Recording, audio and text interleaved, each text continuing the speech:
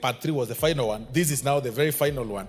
4 of the bill runs from clause 30 to 33 of the bill, and it gives the general provisions in related to fees and charges and transitional matters. The schedule to the bill provides for the National Cultural Institution, and that is the Kenya Cultural Center, National Libraries, the National Museums of Kenya, the Kenya National Archives, and the Documentation Service. These things, some of these things exist, Honorable Speaker, but they're not really well marketed in the country. And long are gone. Days have things are changing over time, and people are really moving to now modern cultures instead of going and maintaining the history. Honorable Speaker, I have had a chance to look at the report of the Departmental Committee on Sports and Culture on its consideration of the Culture Bill, and I'm aware that the committee will be proposing amendments during the Committee of the Whole House. And that is why I say even several members that seek to introduce changes, they are invited during the Committee of the Whole House. And we do agree with the proposed amendments by the committee as they seek to bring better clarity in the bill, as well as to ensure that the bill does not conflict with the existing Protection of Traditional Knowledge and Cultural Extension Act, that is CAP 218A.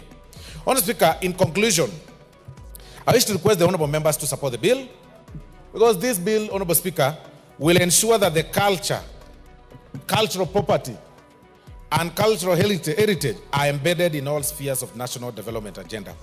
I therefore beg to move, Honourable Speaker, and I ask the Chairman, Departmental Committee of Legal and Justice Affairs, Manenos, to second. Manenos Affairs.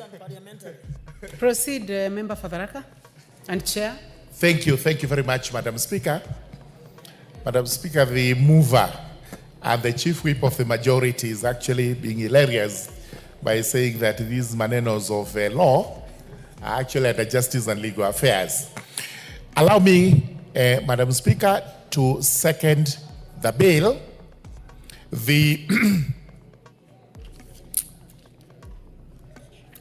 The Culture Bill, a bill that has come to this House so that we are able to actually codify the law relating to various cultural practices in the country.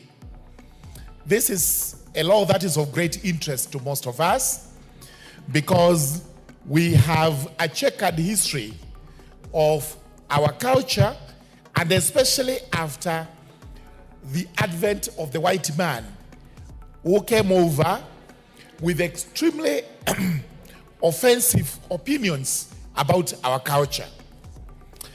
Most of what we used to practice as Africans was declared to be repugnant, offensive to morality, as a result of which we were convinced to abandon that culture so that we are able to assume the white man's culture.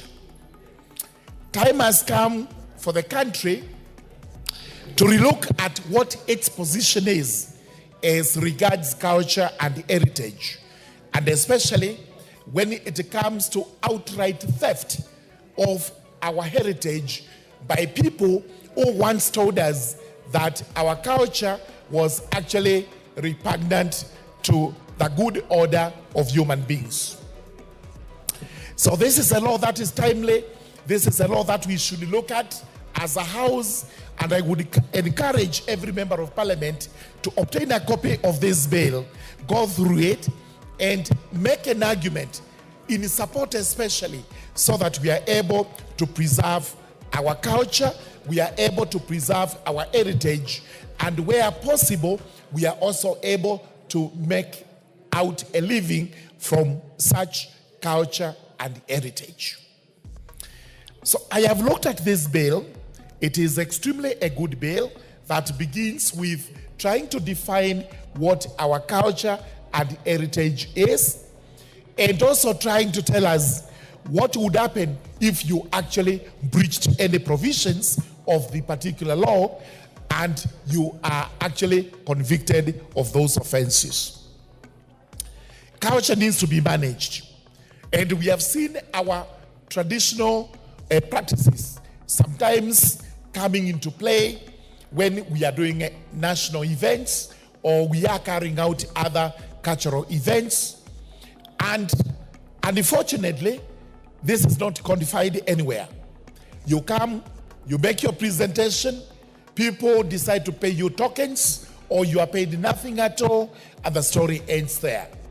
Now we are looking at what would happen if I actually have what they are calling an inventory of my culture that I'm going to practice, and we catch you trying to cheat another person out of that practice. You would be committing an offense under this law, and on conviction, you would actually face a fine, and in default, you may actually go to jail, or you may actually get a fine and a jail term simultaneously. So let us have the management of our culture, which we are actually giving to the national government. Because sometimes we feel the county governments may not have the capacity to manage this culture, but they would have a role in establishing the databases and the areas that have to be codified as heritage. So this is defined in the part 2, what the national government is supposed to do and what the county government is also supposed to do. The requirement that you have to register, and after registration, you have to validate your registration from time to time. Then we've been given the offenses, and these offenses are curious, and I would urge the members of parliament to look at part 3, which runs from section 20, which is clause 20, all the way up to clause 29. And I may point out a few of these offenses which I say are curious. For example, under clause 24, any person who intentionally damages or destroys an inventoried cultural property or artifact commits an offense and shall, on conviction, be liable to imprisonment for life. Honorable members, you have to look at this because it may be disproportionate, such that if you ever commit any of the offenses under section 24, you would actually be jailed for life. And the discretion of the court is taken away. I think this may be disproportionate, and we may just have to relook at it when we go to the committee of the whole house. What is also interesting is 25. A person who is found in the possession of cultural property to which he or she has no lawful right commits an offense. Again, we have to define what it means to be in the possession, because some of these cultural properties are inherited. They are actually inborn with the person, and therefore he may not know when to license that property or not to license the property, and therefore you may actually be convicted of an offense which there would be what we know in law as mens rea. And we move on to see the powers of the cabinet secretary, which are to actually make regulations, and this is after public participation, so that every person is informed of what is going to happen when it comes to safeguarding the heritage and the cultural practices which we actually have. And finally, it's important to say that I come from a community that is extremely rich in culture, the Tharaka community in Tharaka Nithi. This is why every year all of us congregate at a place known as Uragate near the Meru National Park for an annual event, the Tharaka Nithi Cultural Event. And this is very interesting because while we are able to attract as many visitors as we can, there are no regulations on what happens apart from to bring in the Tharaka dancers and their friends from the rest of the county and the Meru County and the cultures that surround Ukambani, and that is all. I think we need a law like this one, which will actually tell us what it is we can do, what we cannot do, and what we are likely to benefit from when we have such events every year. Not only just the Raka, I have seen this happening in Turkana, I've seen it happening in Masai Land. This is all over the country. Everybody coming up with an annual cultural event.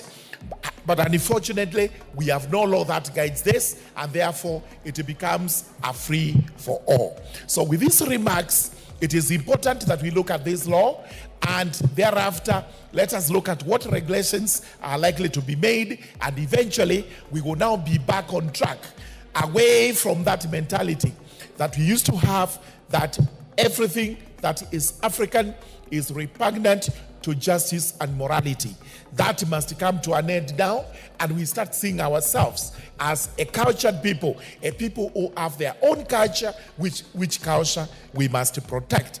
I know there are areas that we may not have been right. Some practices were actually not as good in terms of human beings' rights, in terms of modern practices, and those we have discarded.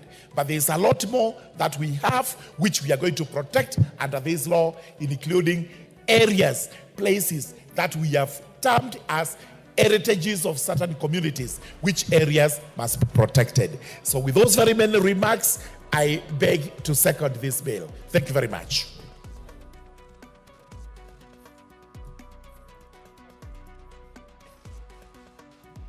Thank you very much, Chairman. Honorable members, I now propose the question that the Culture Bill, National Assembly Bill number 12 of 2024, be read a second time. Honorable members, before I put the question, I see that there is some interest in this bill. I request those who are interested in this bill to go to the intervention button. And honorable members, I start with the Honorable Julius Ole Sunkuli, member for Kilgoris. Madam Speaker, I wish to support, but mainly because my chief whip there of the broad-based government has said that he begs us to support. But in reality, and I say I support, I repeat, I support. But, Mr. Speaker, Madam Speaker, this is actually not a culture bill. It should have been called a cultural artifacts bill. Because what it basically does is to protect the use of artifacts, the things that are cultural. And the offenses that are given are for those who try to destroy cultural artifacts and things that are actually falling within the tangible aspects of culture. But, Madam Speaker, culture is wider than artifacts. And I appreciate the movers of the bill saying that we need to protect the cultural artifacts. I know from where Honorable Osoro comes from, there is a big guitar called the Obakano. Unfortunately, it's not listening because somebody's there.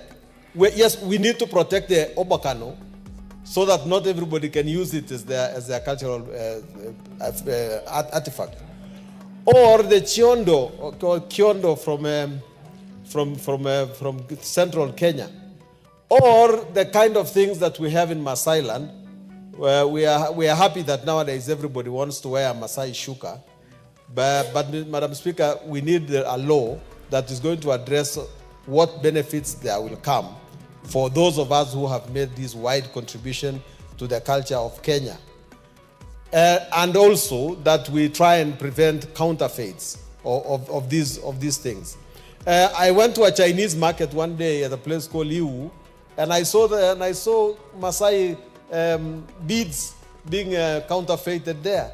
I think if these things are done within Kenya, there should be a law that will protect them. But that is just about artifacts. This bill, therefore, needs a lot of work to be done on it. And the first thing we need to do, which has not been done, is actually to address the real issue. First of all, I don't understand why this bill creates an offense called doing research without permission. I mean, I don't know where the author of that offense is coming from, because research is what actually promotes culture. If somebody wants to know the origins of the Embu dance or the origins of the coastal dances, I think that they should not go and ask anybody for a permit for it. The person could research on that culture, write about the culture, publish the culture, and sell the books about that culture. That culture will become known from in Kenya and outside Kenya. So we would like to see that when amendments are made, this idea that you need to seek permission in order to research a particular culture should be removed from our offenses. There is never any excuse why we outlaw research. Research should be done, and there should be no clearing house for research, because in the first place, we are giving this authority to people who themselves do not know what the culture is. Secondly, Madam Speaker, when you look at this law, and it comes to the real issues about culture itself, and that is made in clause 9 of the bill, everything about the cultural law has been given to the counties and to the cabinet secretary. Now, if you want an example of the Maasai culture, the Maasai culture is practiced by the Maasai people. And the Maasai people live in Narok, they live in Kajiado, they live in Tanzania, they live, the map generally, if you want to include the Samburu, you want to include the James, I do not see why this is given to the county governments to be their jurisdiction. This should be a national policy, not supposed to be restricted to a particular county. And if you give it to a county to make the law, does it become subsidiary legislation or does it become the main law? This bill should have taken more public participation and put what it wanted to say inside the bill, instead of saying that the law is, let the cabinet minister make the law. That is not law. These things should say exactly what the national policy should be. Because they say that the county government should make the law in line with the national policy. But where is the national policy about culture right now? There is none. It ought to have been put in this law so that we know what actually the law is saying about culture. So, Madam Speaker, the way I see it myself, a lot needs to be done in this bill. Either we begin with it and then keep on building on it. I think not enough public participation was done. It escaped all of us during the public participation period, because we would have said what we wanted to put in this bill. And again, another point that I would like not to leave unmentioned is the fact that communities ought to have a way in which they actually determine what goes into their cultural bill. I do not think that people were addressed according to their communities. The Turkanas had their cultural day just a few months ago. I do not know that anybody approached the Turkanas to ask them, what do you want to put in the cultural bill? The Ma communities held their cultural festival in Archer's Post the other day. Nobody asked them what actually needs to go into this cultural bill. The Kalenjin people held their functions in Mount Elgon the other day. Nobody actually approached them to ask them what needs to go into their cultural bill. The coastal area is very rich with culture. Everybody, everywhere, culture is roaring and it's being practiced. But we need to do more. We need to ask communities, what do you want to go into this bill of culture? Otherwise, a lot of work needs to be done. But again, in honor of the Chief Whip, who says we support this bill, let us support it as a work in progress. I support.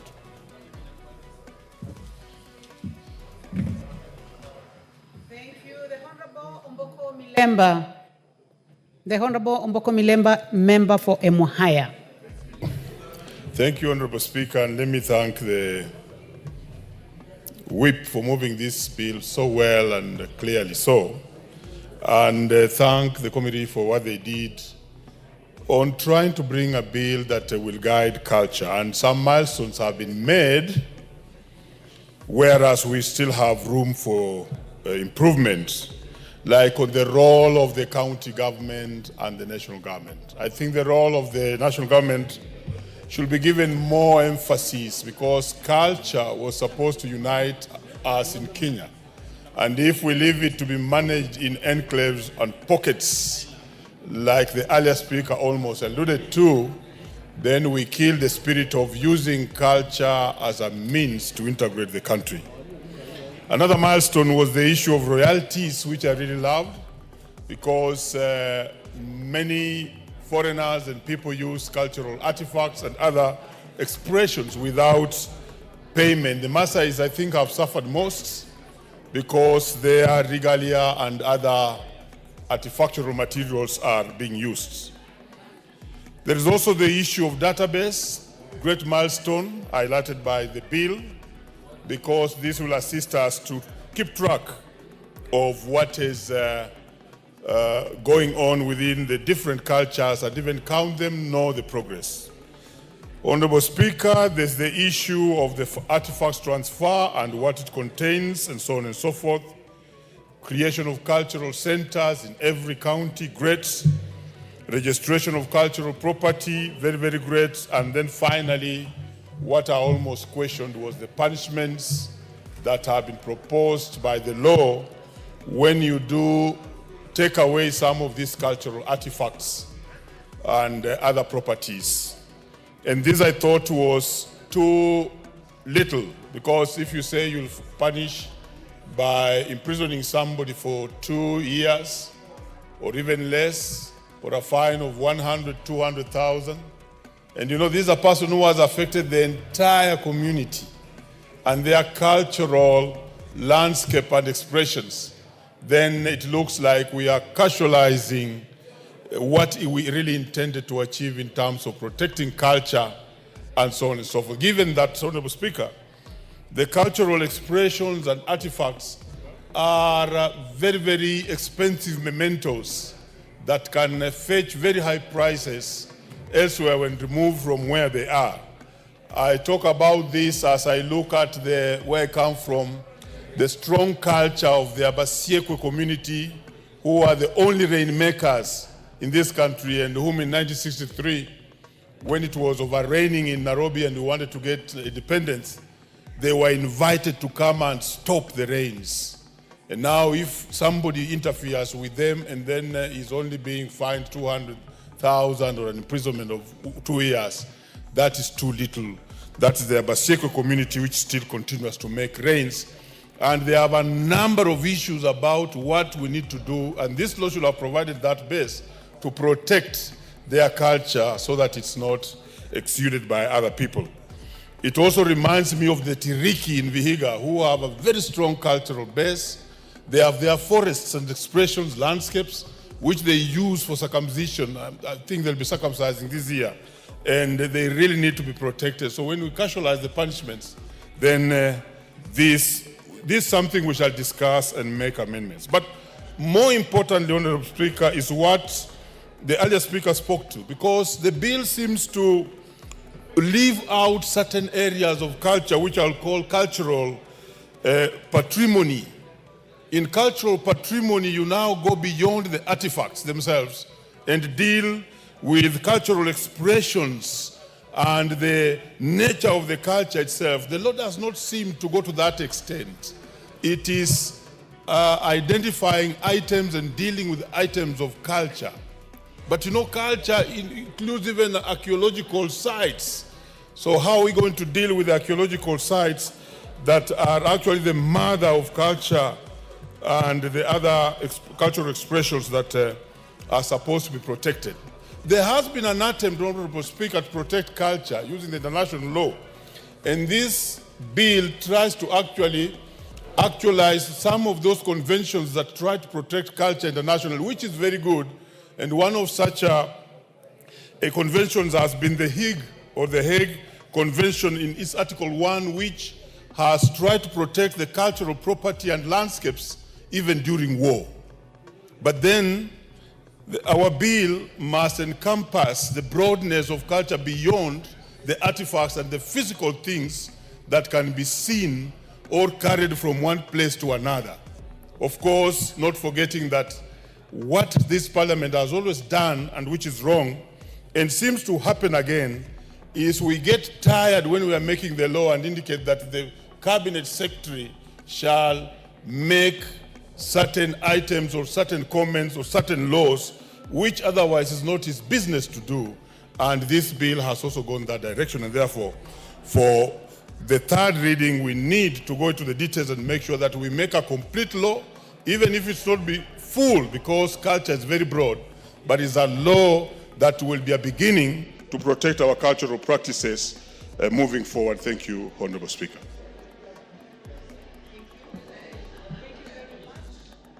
I have the mic. Thank you very much. The Honorable Adan Kainan, member for Aldas. Thank you, Madam Speaker. This culture bill introduced by the Leader of Majority seeks to promote, preserve, and institutionalize Kenya's rich and diverse cultural heritage, Madam Speaker. At the core of the bill proposes the establishment of National Cultural Heritage Council, a specialized body tasked with the management, promotion, and protection of Kenya's cultural heritage sites, indigenous practices, and artistic expression. The council's work is to preserve, is to create a culture of continuity and harnessing the promotion of our rich cultural heritage. Madam Speaker, this bill also attempts to create some sort of cultural preservation and revitalization. Kenya, Madam Speaker, is home to over 40 ethnic communities with distinct traditions, languages, artistic expression, and therefore this bill is timely because it attempts to safeguard the endangered languages like the Ogiek, the super language of my good friend, the Honorable Mili, and also attempts to protect sacred sites like the Kaya forest of the Mijikenda, and preserve traditional craftsmanship such as the Maasai beadwork and the Lamu Swahili architect. Madam Speaker, if you look at the face of Kenya, and you look at Mili and Mili Odhiambo and her language, the super language, and I'm sure they have been consumed by the rich Luo culture, they are still struggling, and therefore we need to create a special place for them so that even after the next generations, the super community is still remembered. Madam Speaker, this bill also will boost tourism and economic growth. Cultural heritage is a key driver of heritage tourism, Madam Speaker, which contributes significantly to Kenya's economy. Therefore, by promoting cultural festivals such as the Lake Turkana Cultural Festival, the Lamu Swahili Cultural Festival, and other, e.g. like the Lake Turkana Cultural Festival, Lamu Cultural Festival, and historical landmarks such as Fort Jesus, the Great Rift Valley prehistorical sites, the bill positions Kenya as a premier cultural tourism destination, Madam Speaker. And therefore, this in turn is expected to create job opportunities, support local artisans, and attract international investment. Madam Speaker, this bill, once passed, will also contribute to the strengthening of our national identity and unity. Madam Speaker, Kenya is a diverse nation. I always say that Kenya is a collection of many nation states. The rich historical, cultural heritage of these communities must be documented, contextualized, put into a form that can easily be used by the current generation and the future generation, Madam Speaker. And therefore, this cultural heritage, Madam Speaker, plays a fundamental role in our national identity and cohesion. And this is what this country requires. Madam Speaker, when the colonialists brought us together with our diverse cultural heritage, we attempted to get a Kenyan culture, a Kenyan culture in the form of one language, one heritage, one identity, and we're still struggling.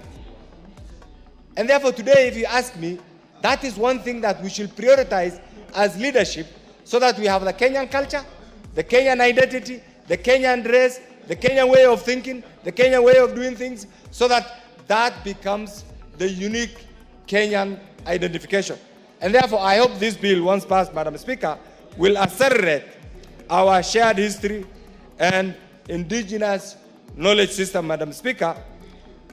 And therefore, again, once that is done, once that is done, we'll see, as the bill aims to instill patriotism, encourage cultural pride, and bridge ethnic divides, ultimately reinforcing the sense of being a Kenyan, Madam Speaker. And this is one thing that has been lacking. Madam Speaker, over the years, we have prided ourselves. And this is one thing that really affects our national unity. Kenyans are known for their resilience. Kenyans are known for their focus. Kenyans are known for their rich cultural heritage. But Madam Speaker, what we have lacked is a law that will help us coalesce around that identity and project and promote and protect that Kenyan identity that will demonstrate the uniqueness of the Kenyan culture, not only locally, but also internationally, thus earning Kenya being a unique tourist destination, Madam Speaker. Madam Speaker, countries like Turkey, I wish you had that. Countries like Turkey, countries like United Arab Emirates, countries like Japan benefit from tourism. And yet they lack so many other natural resources, Madam Speaker. Can we be in the league of the same nation, Madam Speaker, once we identify and maximize on this critical national heritage, Madam Speaker?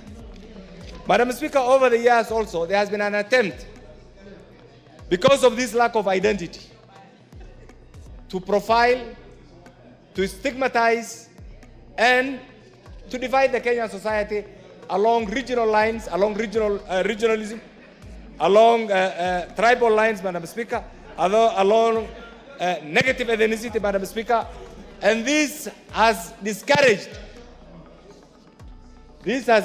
Madam Speaker, our identity as one united, sovereign state called Kenya, Madam Speaker.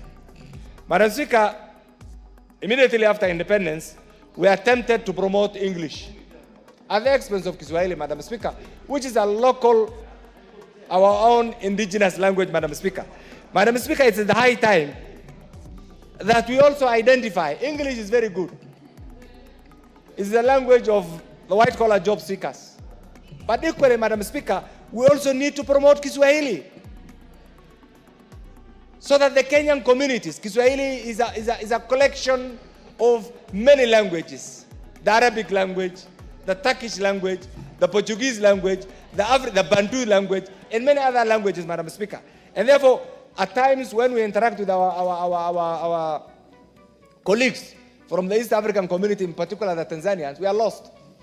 Which is the most refined Kiswahili? Is it the Kenyan Kiswahili, or the Tanzanian Kiswahili, or the East African Kiswahili, or the Central African Kiswahili, Madam Speaker? Madam Speaker, it's because of this that once this bill is passed, we hope and pray that some of these things will be collected, put together, and give us a clear identity. Madam Speaker, on the face of it, there are clear gaps in this particular bill, which must also be addressed. Madam Speaker, we currently have the National Museum of Kenya, we have the Kenya National Archive, and we have the Kenya Film Corporation.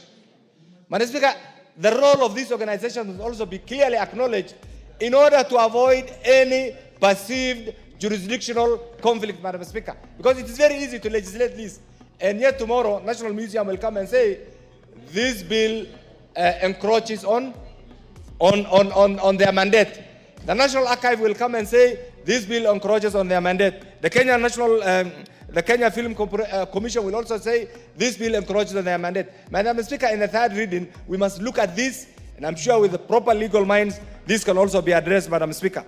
Madam Speaker, this also requires, once this bill is passed, there is need to build capacity. Because we have many professionals, academic professionals. We need to have specialized people to deal with our culture, to deal with this particular, the implementation of this particular bill, Madam Speaker. Madam Speaker, we have passed many laws. Many laws. Madam Speaker, at times enforcement becomes a problem. We pass laws, and this country is known. Madam Speaker, in 1999, I had the privilege, and allow me to say this, I had the privilege of being a member of the Finance Bill, and Finance Committee, the Finance Committee, and we went to Malaysia.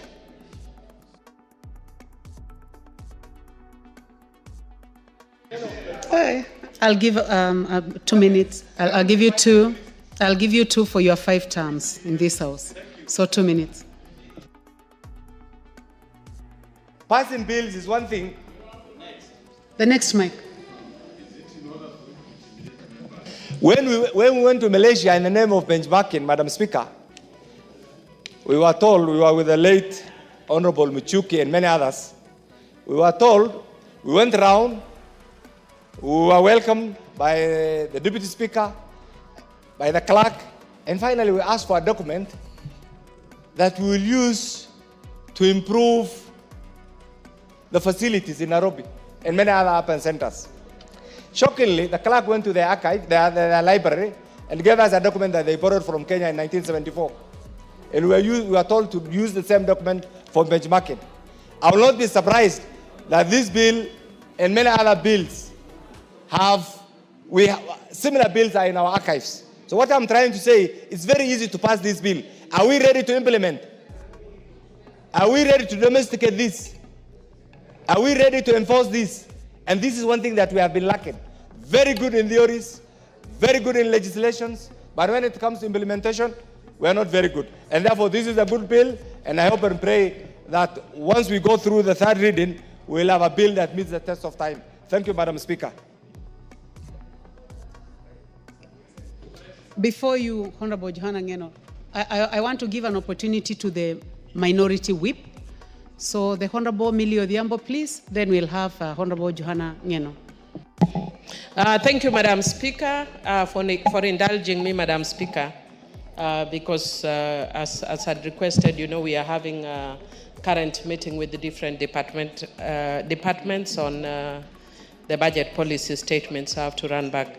Madam Speaker, I wish to say that I support this bill. And Madam Speaker, there is definitely need for cultural preservation. And Madam Speaker, because culture is what shows our identity as a people. And the people who don't have their culture or don't preserve their culture are a lost people because they don't know who they are. Madam Speaker, because I don't want to adversely mention a friendly country, of late I've been to many countries. And I can tell you there's one country that has built completely, you know, they brought a city anew. And if you actually look at that city, there's something that is lacking. It lacks a spirit because it lacks the culture. That they have done so much in the last 5 or so years to modernize it, but because the modernized aspect doesn't show you where they're coming from, the city feels empty. It doesn't have a spirit because it doesn't show what the people are like. And so, Madam Speaker, if you look at, for instance, somewhere like Marrakesh in Morocco, it shows where they're coming from. It's so beautiful, it shows the culture. But culture is not just manifest in the physical, but I like this bill because it just shows also that it is also in very different aspects, including language. And as a person who is a cultural minority, I know what that means. Madam Speaker, I am born a Suba. My father is a Suba. And I have seen in my generation how that has actually transformed over the years. Where up to my grandfather has a Luo name and a Suba name. All the people ahead of him have very Suba Bantu names. All of us are from my grandfather down, now only have Luo names. And we have lost the Suba names. Madam Speaker, fortunately, the language has been restored. So the Suba now speak Suba, but not all Suba speak Lusuba. But for a fact, we have almost lost all the culture in relation to Suba, except a few. And I want to thank the organizations that have been doing cultural events that seek to sustain what is a little that is remaining of the Suba people as a people. And Madam Speaker, I am actually a very proud Suba, even though I can tell you I'm both Suba and Luo because my mother is Luo. And I love that we preserve both the Luo culture and the Suba culture. Madam Speaker, one of the issues that I'd want to also indicate, which I've seen this bill commenting on, but we need to strengthen, is the issue of intellectual property rights on our culture. That there are so many people that have been appropriating our cultural issues. Give example of even our cultural dressing, Madam Speaker. And they go and sell it at a song. Yet it is actually who we are. And in the US now, it's a very big issue called cultural appropriation. That when you see people doing or saying things that is not there, people are saying, I don't want to culturally appropriate. And in the same manner, we need to use those same terminology that we actually criminalize cultural appropriation, or find a way, even if we don't criminalize it, to make sure that we preserve our culture and the things that are very important to us that other people may wish to appropriate. There must be a way in which they pay back to our societies for using that. Madam Speaker, I can tell you for a fact when I go outside, I wear this band on my head. And in Kenya, people just say, oh, Millie, we actually see you like it's an insignia, it's what shows who you are. But in a lot of communities in Kenya, we actually have this. It's just at a modernized mind. In the Luo culture, if you see me doing the beaded one, it is called ligisa. And ligisa is worn by women in leadership. So if you see me wearing that, it basically says, in my culture, it shows that I'm a woman leader. But for now, because we don't actually take it seriously, when people see me, think it's just an issue, a statement of fashion. Yes, it's fashionable, but it's also cultural. And it is not just amongst the Luo community, it's amongst very many communities, Madam Speaker. Madam Speaker, we must also see how we link culture with the tourism. I want to thank the Parliament that they recently organized a very good training, and the training was on PPP, public-private partnerships. And Madam Speaker, one of the things that I actually picked up from that is the immense potential of linking tourism and culture. And Madam Speaker, I recently, together with my husband, we've recently visited a place called El Nido in the Philippines. And Madam Speaker, we pay quite a bit of money to do things which you could do here in Kenya very easily. Things like cultural immersion and doing things that have to do with our culture. Visiting a spiritual center like Atego Island in my constituency, visiting the two bird islands in my constituency, or the cultural caves in Fagano Island, amongst others. We have a lot that we get from our culture that we can use to, encourage tourism. Madam Speaker, however, I just want to say that I have a rider in relation to this bill that we must strengthen, which is the issue of harmful cultural practices. The Constitution outlaws harmful cultural practices, and I would want us to strengthen the sections of this bill that deals with harmful cultural practices, and say that even though we actually allow cultural practices, there are certain cultural practices that are harmful, such as female genital mutilation, beading, forced wife inheritance, early and forced marriage of young girls. And Madam Speaker, you find there are people, when you go to communities, they want to justify for you. Before I came here, I used to represent a lot of young girls and women in court. And I remember one time when we were in Kajiado Court, and the Children Act had just already passed. And we arrested some old man who had married a 10-year-old girl. And when we went there, he said, no, but this is allowed in my culture. And then when we told him, no, we cannot allow you, it's no longer allowed in law, then he said, did Honorable Saitoti know that you passed such a law? Because he thought then Honorable Saitoti should have stopped us from passing a law stopping him from marrying a 10-year-old girl.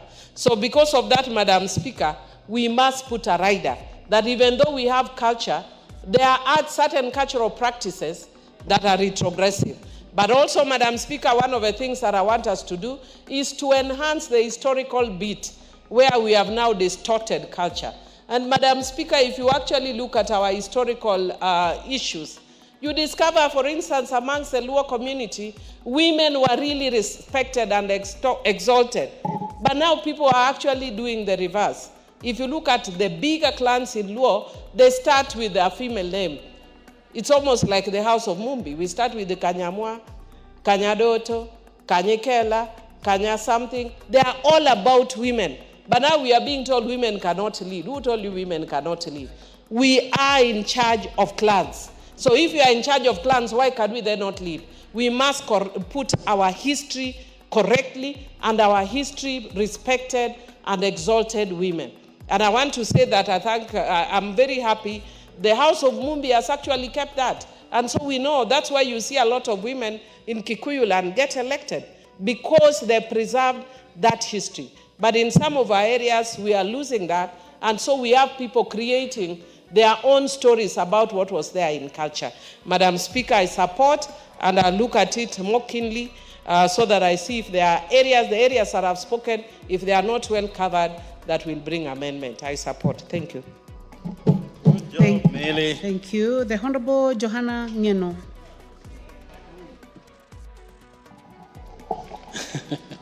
Thank you, Madam Speaker. I also wish to make a small contribution of this matter before this House, especially something that touches on our cultures. You know, Madam Speaker, when we speak about culture, it means so many things to most of us, especially those of us who were brought up in a very serious cultural background. Madam Speaker, when I grew up, a friend of mine who was a teacher used to tell me that an uncultured person is an uncivilized person.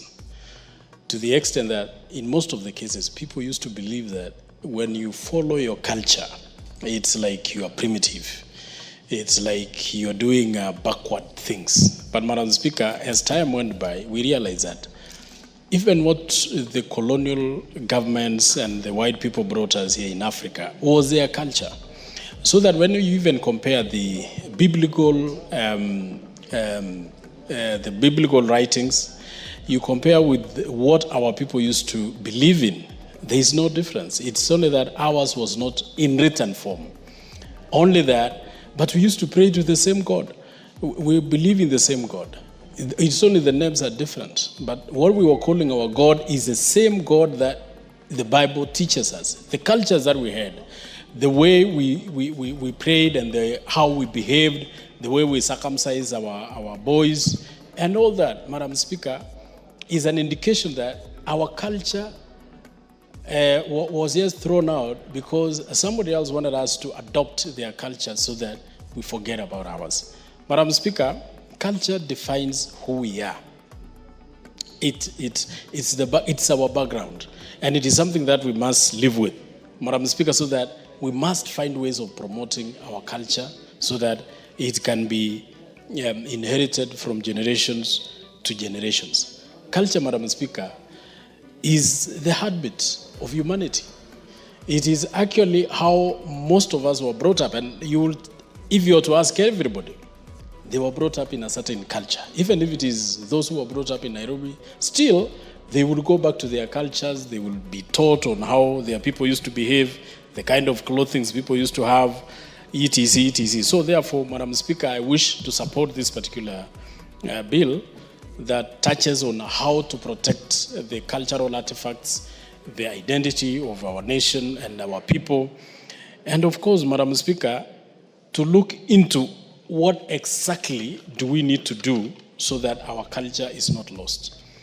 Madam Speaker, first we talk about the artifacts. Artifacts, Madam Speaker, are tools which were used by our people. And each and every people, each and every community has their own ways or their own means or their own artifacts. Madam Speaker, And this one ranges from clothing to the kind of artifacts they used to use, whether when they were going to pray or their praying sites, or what they use also to appease the enemies, or what they used to, when they want to appease their gods, when they want to give blessings, when they want to do their traditional circumcisions, even when the elders were having their drinks and like the current kind of drinking.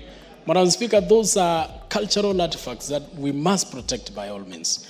Madam Speaker, I remember at the beginning of Kibaki government, I think it was around 2003-04, the people from the Kalenjin community who had lost a very great warrior and an overseer and a Laibon called Koitalel Samoa, disputed and petitioned the government to ensure that they return the artifacts which had been looted by the colonial government at that time and took them away to their country.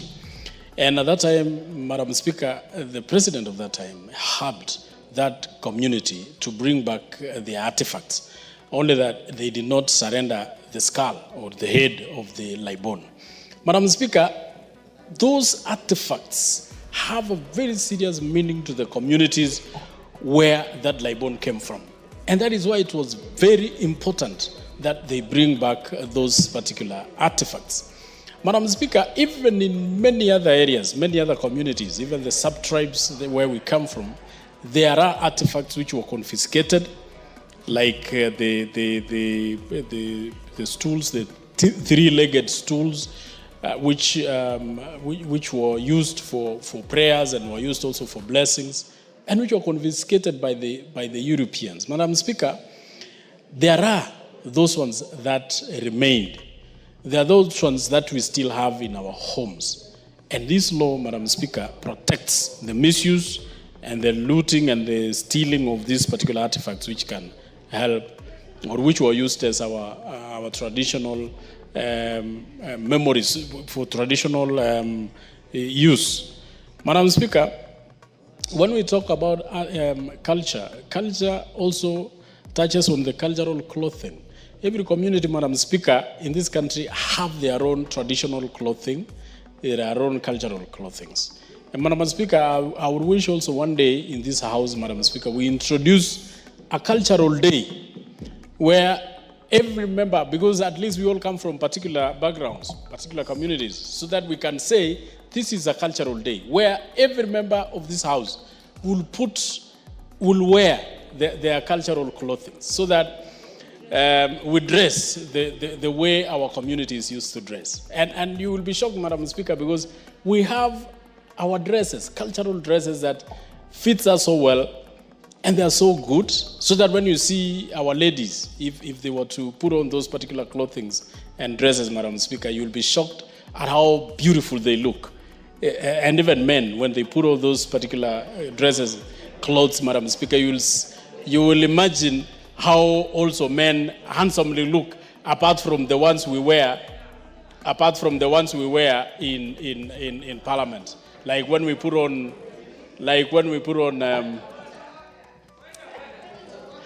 Madam Speaker. I know the Honorable Irene Mayaka is next in my list, but I think you are saying you have a point of order, Honorable Irene Mayaka?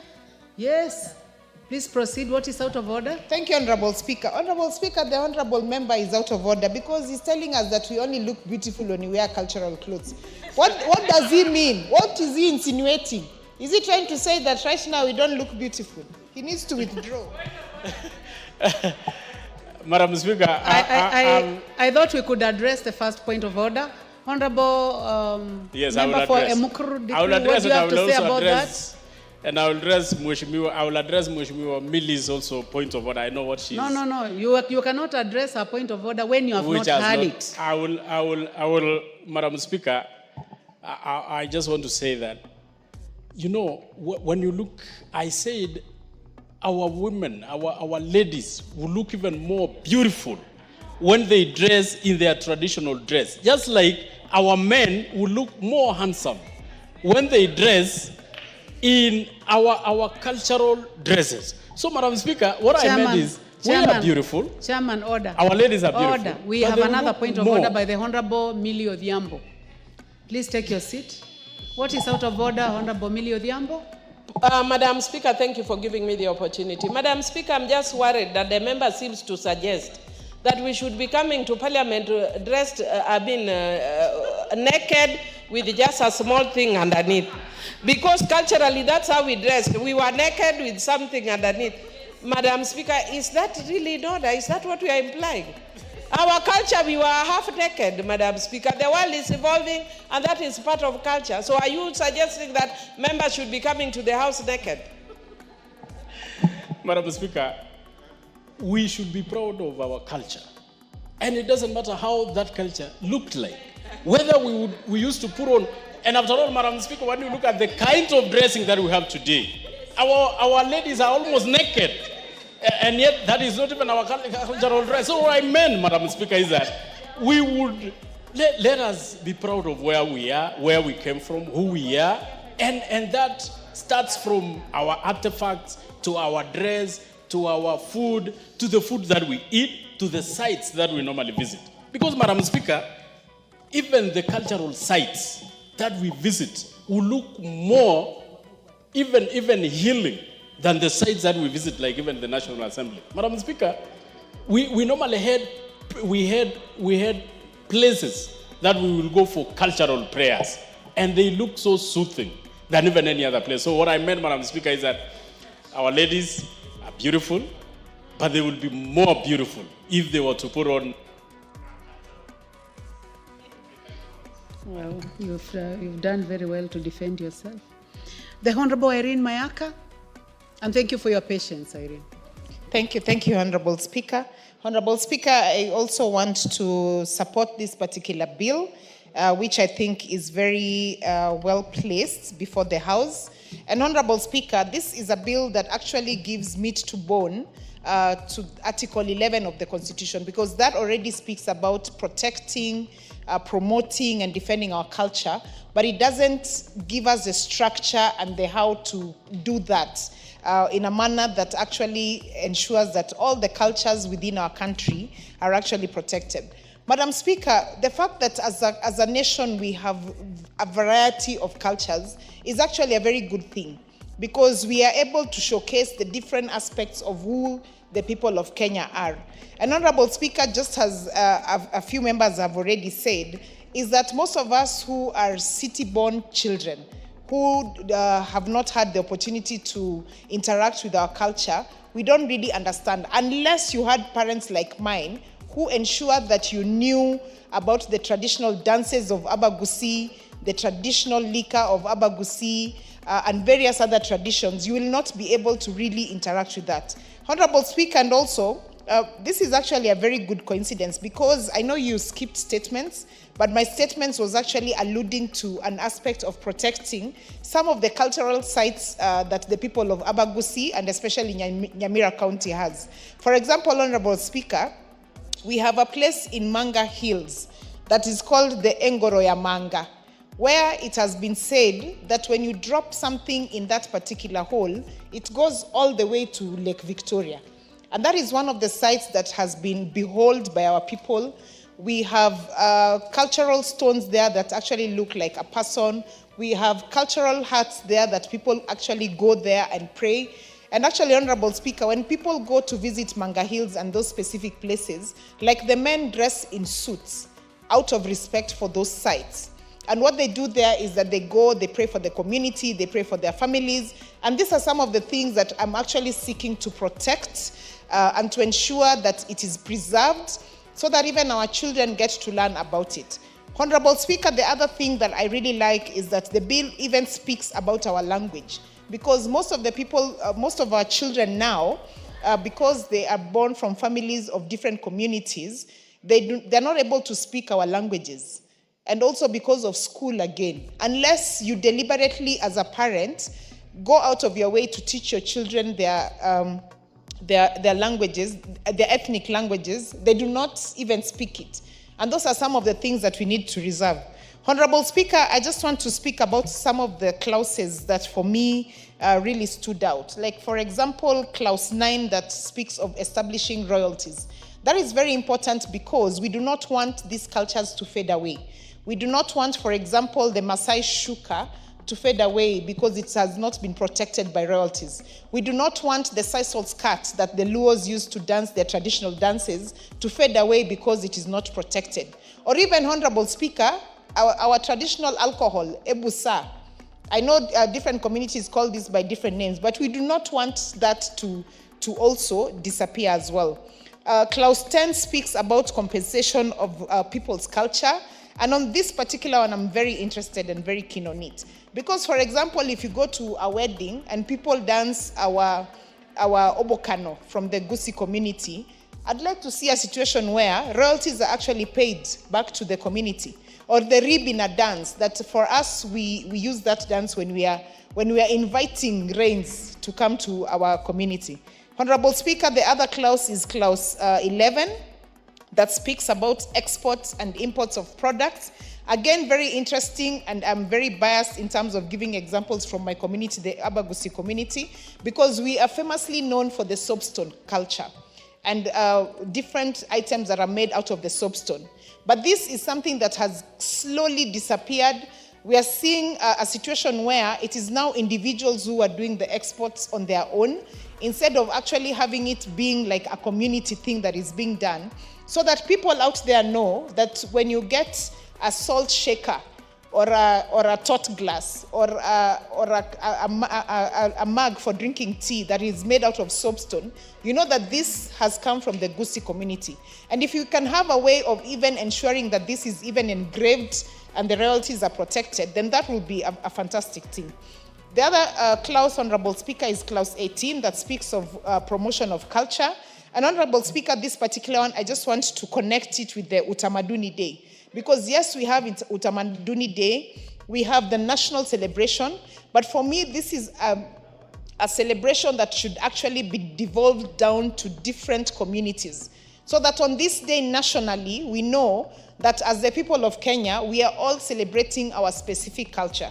I also like the fact that we want to have cultural centers that mushroom out of having this particular bill in place, so that if you come to Nyamira County or you go to Baringo or you go to Kirinyaga or you go to Samburu, there's a place where you can actually go and see that this is where people have managed to it's like a museum where you can be able to see different artifacts.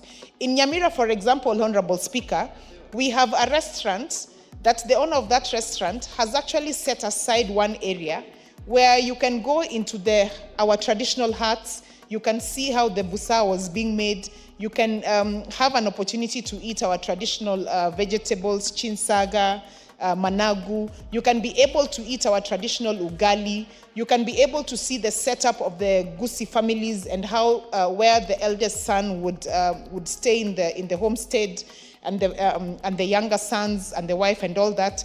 But having said that, Honorable Speaker, about all the beauties of our culture that we can actually defend, for me, the one thing that I also want us to be very careful is the promotion of the retrogressive culture.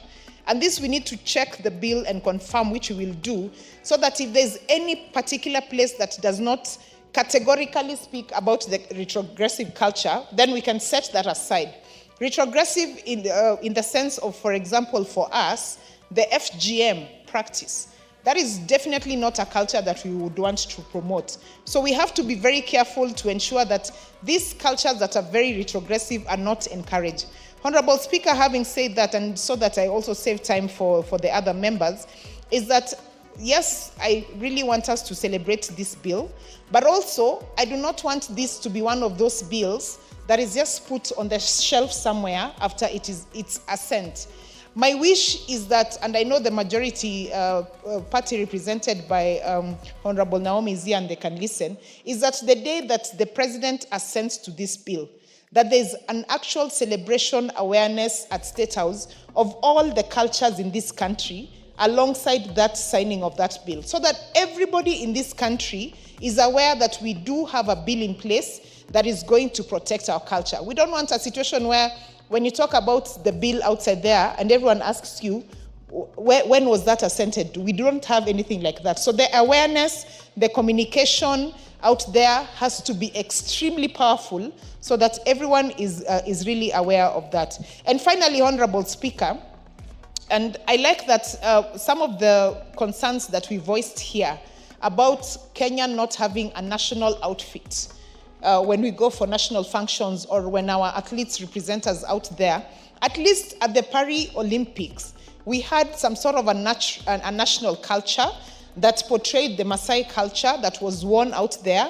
And it was very exciting that majority of the other participants from other countries actually recognized that Kenya has a beautiful outfit. I wish we could even adopt that as our national dress for our party. So, I mean, sorry, not for our party, for our country, so that anytime we have representation out there of people going to represent the country, they can wear our national outfit. Having said that, Honorable Speaker, I do support the bill and I submit. I thank you. Thank you very much. The Honorable Ferdinand Wanyonyi, member for KWANZA. At long last.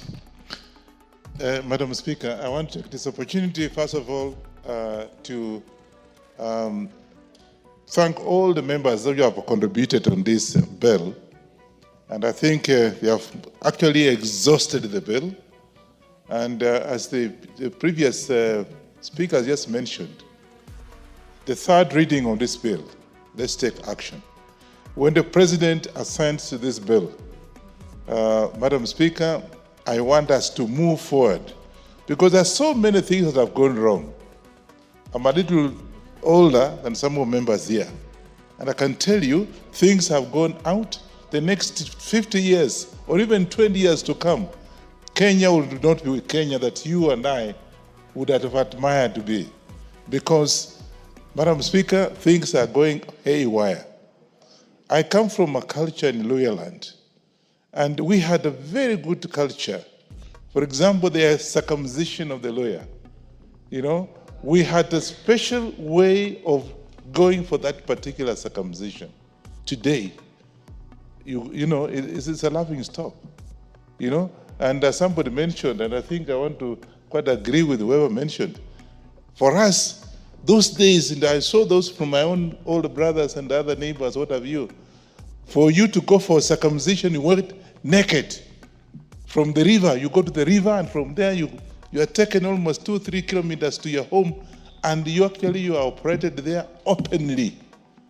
Today, Madam Speaker, nothing like that is happening. Things have gone off. Then, of course, those days, and in fact, even as recent as maybe 2, 3, 4 years ago, when a child gets married, you know, a boy cannot go and greet the mother-in-law. It's out of respect, not anything else. Today, he can go and hug the mother-in-law, which is actually wrong. In our culture, it's not supposed to be like that. Madam Speaker, we have a problem. This country must be protected. I have a specific case, for example. We had bombers of Kenya. If those of you have not gone there, in fact, you go there now, it's no longer the bombers of Kenya we used to know, because it was an area for cultural preservation. Bombers of Kenya is no more. You go to bombers of Kenya, you will have the Maasai's culture, the Kikuyu's culture, you know, Luyas, what have Luos, and you see that culture was very, very impressive. You're there, you pay the money, and you are there for some time, and of course you come back and say, okay, is this how this community behave? That again is gone. Go to bombers of Kenya, you know, it's not the same thing. It's now just a business area, doing other things. So we should actually, because I was asking my colleague here, we have a ministry for culture and sports. That ministry must be revived. That ministry must be given guidelines to be able to preserve some of those cultures that actually are very, very important for us to be able to maintain. Because I know for sure the colonialists came, and when they came, you know, people now want to behave like a Mzungu. But look, that again is now something under the bridge. We just have to behave our own way. We have to revive. For example, in Luhya culture, if a child goes to get married, he has to pay almost 13 cows. Today, there's nothing like that. There's nothing like that. And it's a culture that actually a lawyer, boy marry another person from another area, you pay the money before anything else, even before the wedding. Today, it's no longer there. It's just to understand each other. Like my brother was okay, I don't want to mention that. But that again, Madam Speaker, we should do something about it. This bill, when it comes to third reading, as members of this parliament, to be able to have very good intervention, the closet can be able to correct some of the areas that you feel you should be able to correct, because it's just for the interest of this country. Not because of our personal interest, but the interest of this country, that we actually maintain our culture and so that we are distinct from other people. Because you go out here in the world, you see people behave very differently. And so I want to say that, Mr. Speaker, as you take over, as you take over the seat, I want you to also take note of this. And I think let's have a house full in the third reading of this bill. And let's look at areas where we can be able to put some inputs and be able to see if the culture of this country can be improved through a specific ministry. And don't just put that Ministry of Culture and Social Services and Sports or whatever it is, should be able to take up some of the roles that we are talking about and be able to see what it can do. And lastly, and not least, I think the county government, and the central government of this country should work in collaboration to be able to maintain some of those cultural areas. There's some areas which actually, some of them are still there, they are neglected, but it should be revived.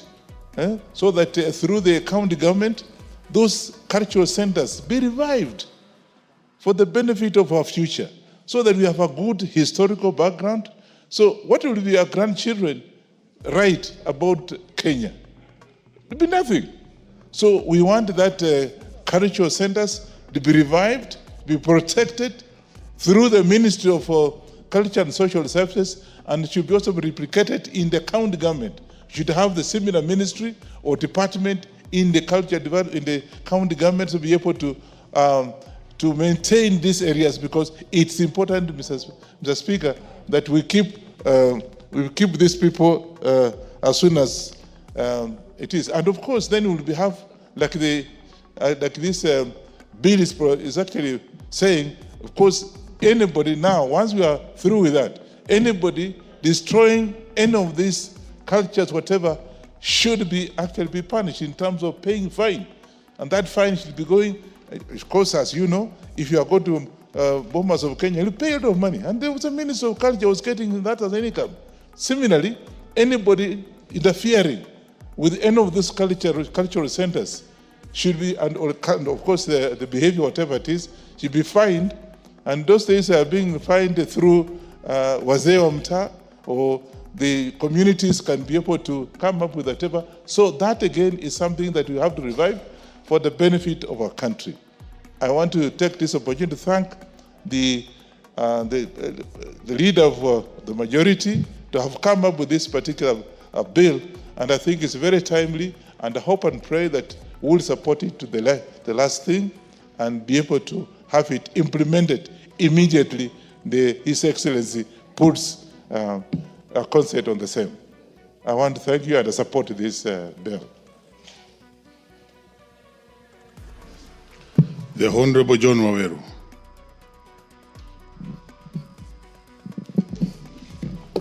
Mr. Speaker, I must thank you. I must thank you profusely for giving me this opportunity. And secondly, I have to say that this is a very laudable effort by the Committee on Sports, Youth and Culture under the leadership of the Honorable Wanyama. Mr. Speaker, we are discussing about culture. And in this context, Mr. Speaker, we are actually going into the heart of a discussion for the fight of the soul of a people. Mr. Speaker, it has been said before that if you want to disenfranchise an individual, what you do is you deny them their mother tongue and you take their father's name. Because if you deny someone their mother tongue, everything that is housed in language, whether you call it belief, whether you call them their truth or their identity, it is housed in the language that they speak. In their father's name, an individual finds their identity. And to that extent, Mr. Speaker, then, the Swahili are very right when they tell us that mwachamila ni mtumwa. Mr. Speaker, this vessel that we are calling culture is the one, as I have said, that carries a people's identity, their history, their belief, and even their truth.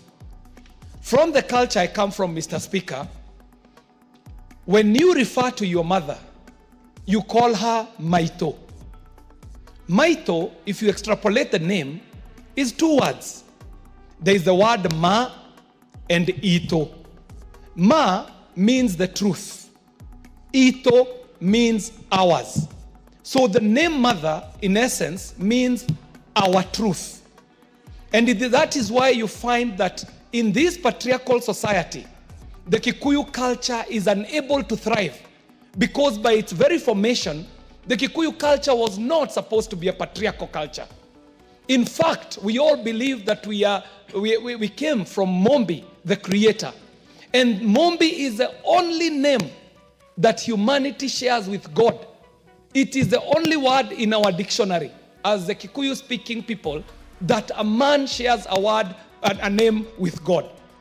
Madam Speaker, Mr. Speaker, sorry, Honorable Speaker, I have to say that the tragedy that we seek to remedy by having a bill that gives a framework for the protection of our culture has to do with us finding our way back. What in Gikoyo they would call Woshokiaroe Mokaro, making sure that the river gets back to its course. Because as we speak today, we have been knocked off our, what you would call our track of organic cultural development and civilization. And how it happened was very systematic, Mr. Speaker. The moment an individual showed up in our country carrying three very dangerous things, they were carrying on one hand a Bible, a gun, and education and what you would call government.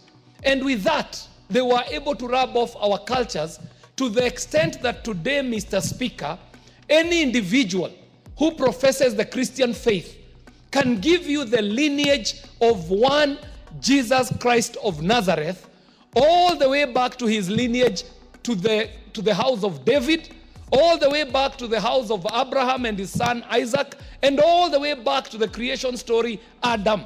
And they can give you a chronology of who gave birth to who gave birth to who, and these are tens of generations. However, Mr. Speaker, even I myself would struggle to give my lineage beyond 7 generations. I might profess that I am Kiarie. Kiarie wa Wawero, Wawero wa Ng'ethe, Ng'ethe wa Geshi, Geshi wa Kang'ora. And then beyond that, Mr. Speaker, 7 generations down, then I get lost, Mr. Speaker. As such, Mr. Speaker, then, whatever it is that was housed in the language that I speak, it faces a great danger today. I might be the last of our people who will be able to speak the language that my father spoke and my mother spoke. To that extent, then, Mr. Speaker, the discussion this afternoon becomes extremely important when we juxtapose it with where the world is today. When we talk about the world today, 2 great things are affecting culture. 1, globalization. 2, technology. And they are working hand in hand, Mr. Speaker. That today as we speak, there are large language models that are being developed using data that is scraped off the internet to form what you would call emerging technologies in artificial intelligence. But let us look at them, Mr. Speaker. The language models that we are speaking about today in the world of artificial intelligence and emerging technologies, of the data that they are scraping out of the internet, we are told that 46.5% of that data is in one language, English. German follows closely, Russian follows after, but then At what point then will my Gikuyu language or my Kamba language from my lineage be onboarded onto this new development in what we are calling the fourth industrial revolution? As such, Mr. Speaker, what has been happening then is a lot of cultural appropriation. We know that in this country, there are artifacts that throughout history have been plucked out of our country and are in exhibition and being monetized in capitals abroad, in museums abroad, Mr. Speaker. The man-eating lions of Tsavo, 2 of them, male lions that did not have a mane, a spectacle to behold. When they were shot by a man called Peterson, they were then taken to some museums in Western capitals where they are to date. We are told by historians that one Koitalel Arap Samoei was decapitated, and his head and maybe the skull at that point was taken to museums abroad.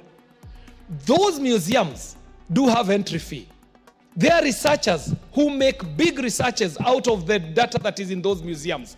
However, is the Tsavo community benefiting from this appropriation of this culture?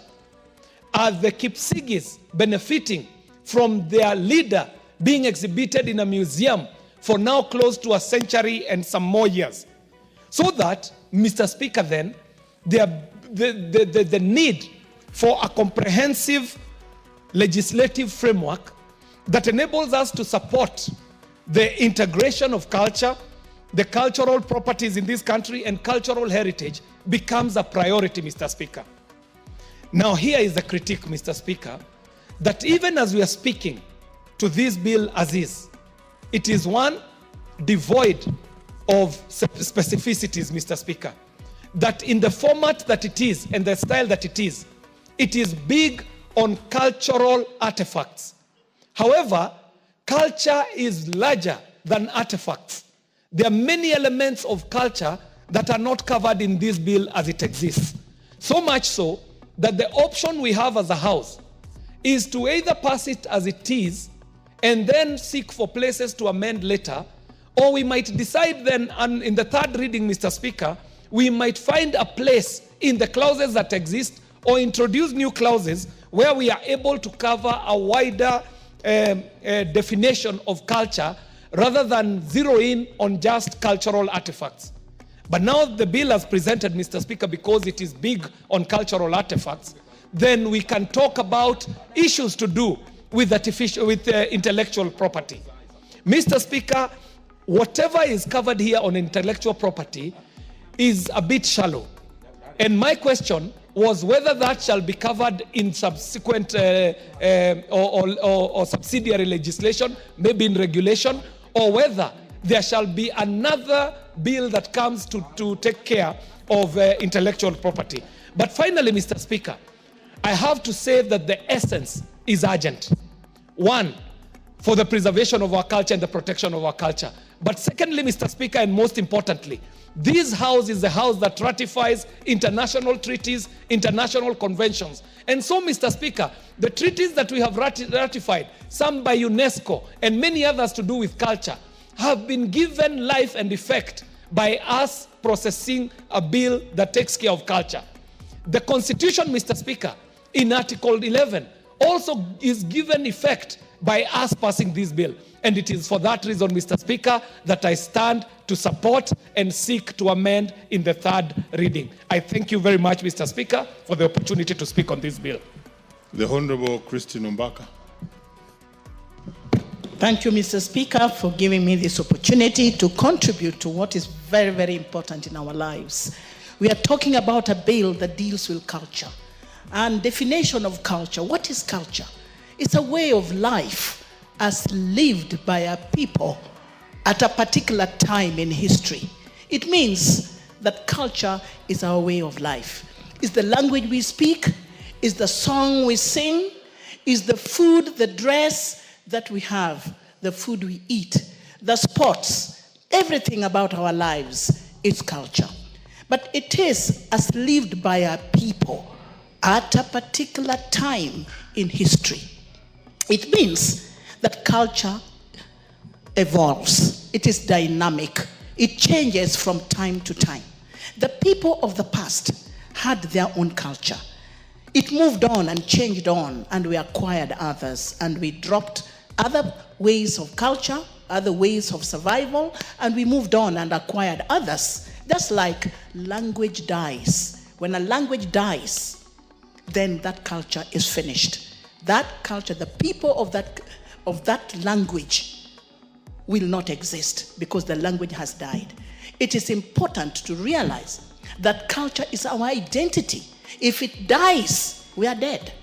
It is cardinal. It is in our lives. It is part and parcel of us. It is our gene that if it is not there, we are not human beings. Unfortunately, our culture, African culture, Kenyan culture, all the tribes that we have, 42 or 43 that we have, these are cultures that are very, very important. But they have been interfered with in the past through colonialism. And it is still being interfered with. It is still changing. It is still not the same as a long time ago. But we need to preserve them because we are preserving our identity. We will be laughed at if we do not preserve it. If I lose my Luo language, where will I belong? What will people think of me? But our children are losing it, and we are not caring. We do not give a hoot about the language that our children are speaking today. They are mixing up English and Swahili and a bit of their local language. Sometimes they speak pure American English, and they cannot utter a word, even the word thank you, even the word asante sana, they cannot speak it because they speak European language. We are, as parents, have also failed in preserving the culture of our people because we enjoy to see our children speak British or American English. Secondly, we have tried in this country to preserve culture through the museums that we have. But unfortunately, again, these museums, they're shallow. I was in a committee of sports last parliament, and we had a chance to visit a number of museums that we had. It was shameful to see how shallow, how empty they were. There were no anything that would indicate the culture of our people. They were scanty, they were too old, they were torn apart. We need to create or come up with what we can show to our children as part of what is in the museum. The museums are not having the right things. They're too old, too broken apart. Nobody seems to put money there to ensure that even our museums have the items, the artifacts that require our understanding of the past. That is missing. The school system has tried, I must say that, because we normally have school music festivals, drama festivals. These are events that help us nurture the past, bring out the past. Our children try to wear those clothes of long ago so that they can sing these songs when they come for competition. But it's just for competition and the story is over. We do not carry it forward. We do not say, we do not care about the clothes that we used to wear in the past and keep them and reserve them somewhere in the museum. It is just for events for a period over 1 day, 2 days, and it's over. It's unfortunate that we do not celebrate our culture. We need to do that constantly. In this country, we also have Heroes Day. We celebrate our heroes, the people of the past, what they did for us, how great men and women they were, and we celebrate them. But at least there we conquer, there we have done well, because it's every year we celebrate the great men and women of this country, of the past and of the present. They've done marvelously well. In my community, recently in Nyanza, last December, that's 3 months ago, we had a celebration, a 2-day celebration, which was called Pinyu Luo.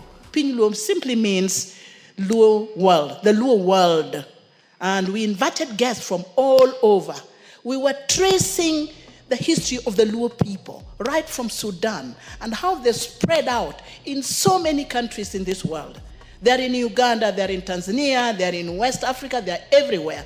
so many countries, and many people came to celebrate the Luo culture at that time. There were music, good food of long ago, and men and women who know the history of the Luo movement from Sudan to here. Even today, we were praying for a great professor, Professor Bethuel Alan Ogot, who has written a lot about the Luo culture in many, many books and articles.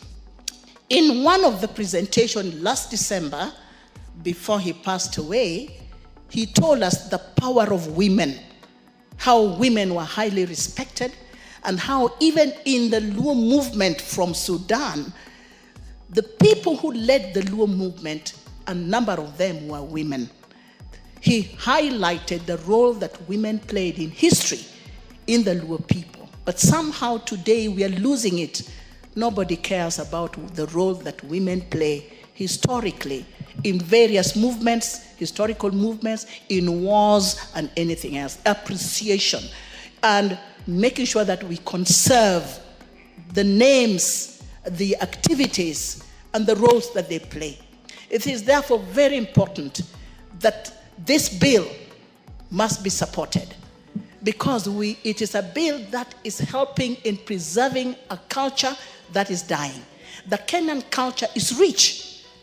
We are 42 communities.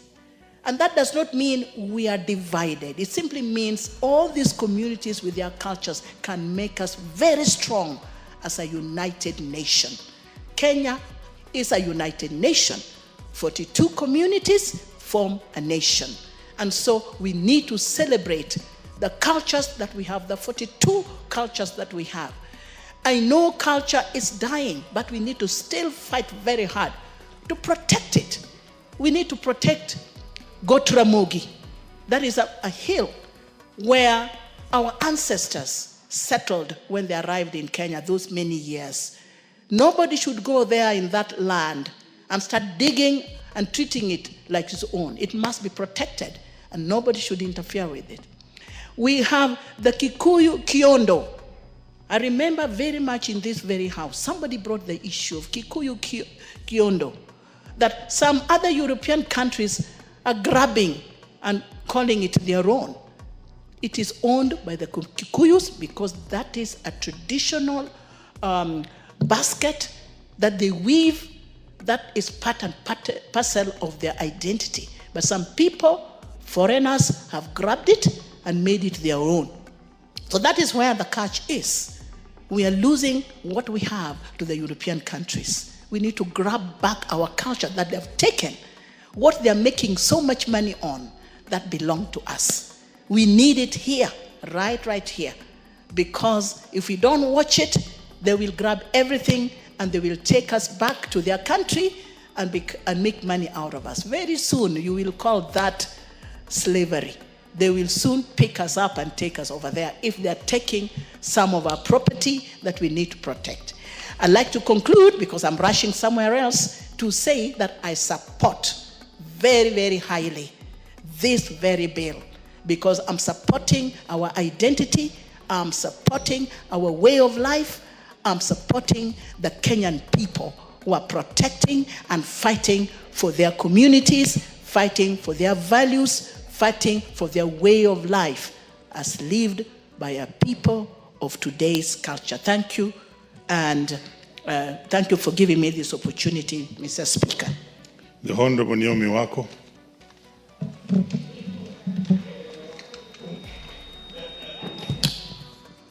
Thank you very much, Honorable Speaker, for giving me this opportunity to contribute to this debate that I like, because of the Cultural Bill 2024 that has been moved very ably by the Chief Whip, and I have been listening. And as one of the people who love their culture and just get excited about our cultures, I have been so excited this evening, and also seeing that there are many people like me. Honorable Speaker, I support this bill fully because the bill was informed by Article 11 of the Constitution of Kenya, which recognizes culture as the foundation of the nation and as the cumulative civilization of Kenyan people and the nation. It commits the government to promote all forms of national and cultural expression. In fact, what excites me is all forms of national and cultural expression through literature, arts, traditional celebrations, science, communication, information, mass media, publication, libraries, and other cultural heritage. Honorable Speaker, we are who we are because of our cultures, our behavior, our way of dressing, our way of expressing ourselves, and even the way we interact with each other and socialize is because of our culture and that strong foundation that was based on our culture. Unfortunately, today, we keep losing, and many people say culture is dynamic. Yes, it is dynamic, but we don't have to lose our good and beautiful culture. Honorable Speaker, as I was growing up, one test that any young man or woman has to go through is anytime a visitor comes to your home. Number one, you have to say your name. You have to say your father's name. You have to say your grandfather's name and continue up to the last generation. And after that, you have to tell the visitor your clan and the age set of your parents and your own. And by the time you finish that, then you would have passed the exam. And by the time you have gone through that interview, everybody knows that, yes, this child has been brought up in a good way or is being brought up in a good way. Honorable Speaker, those are the things we cannot find today.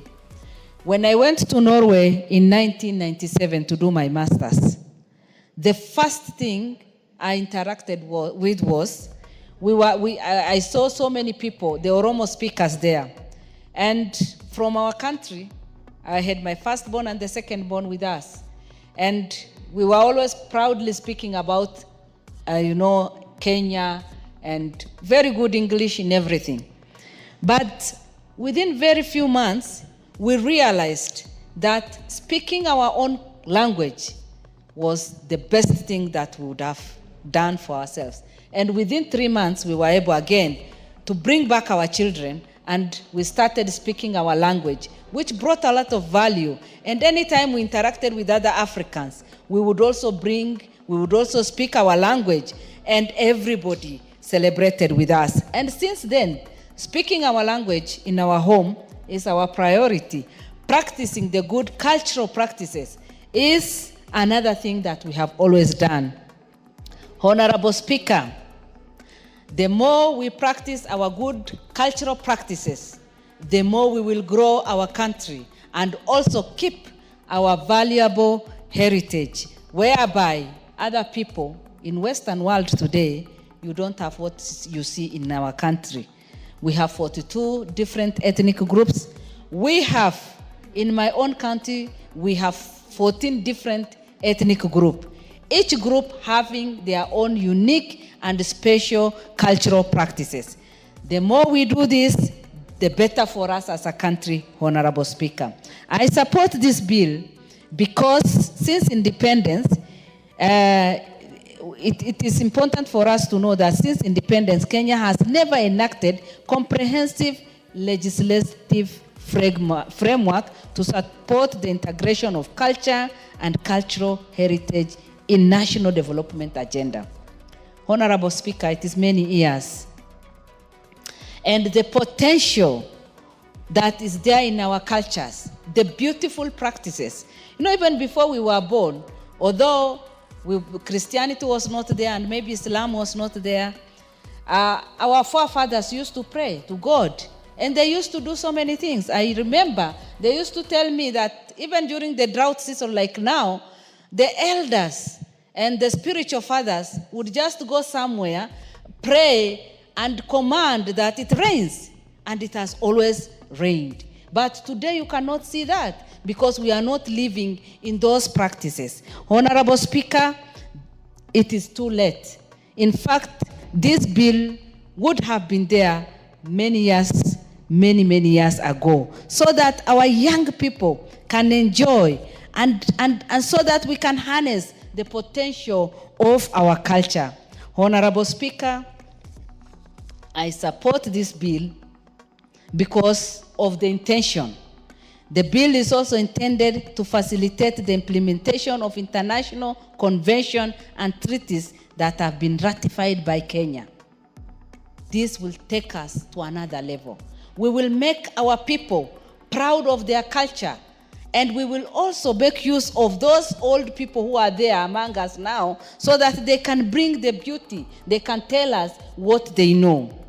Again, Honorable Speaker, I support this because this bill, in clause 4 of the bill, it sets out the guiding principle, which include the national values and principles set out in Article 10, 27, 201, and 232 of the Constitution, and giving equal recognition, dignity, respect of all cultures, including cultures of minority or marginalized people.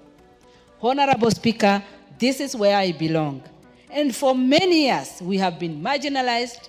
We have remained minority, although we still uphold our beautiful cultures.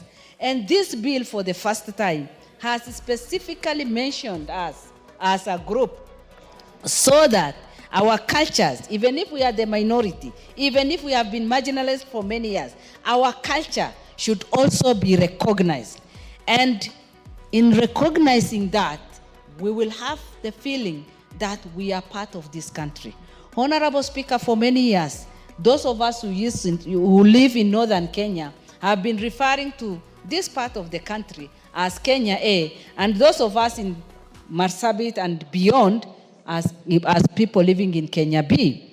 But by including us in such things, and also recognizing our beautiful cultures, recognizing our forefathers, recognizing the heroes, recognizing the beautiful things that we do even in that part of the country, because God has given us one special gift, that we have beautiful people in northern part of Kenya. And with our beautiful culture, then we can add a lot of value to the country and our practices. Honorable Speaker, again, I support this because this bill, clause 5 to 19 of the bill, establishes the management of culture in Kenya and delineates the function of both the national and county government. I support this fully. And mine is just to say that our county governments should see how they can promote the different cultures, the cultural practices that are there, those that are harmful, like FGM, early marriages, inheritance of women.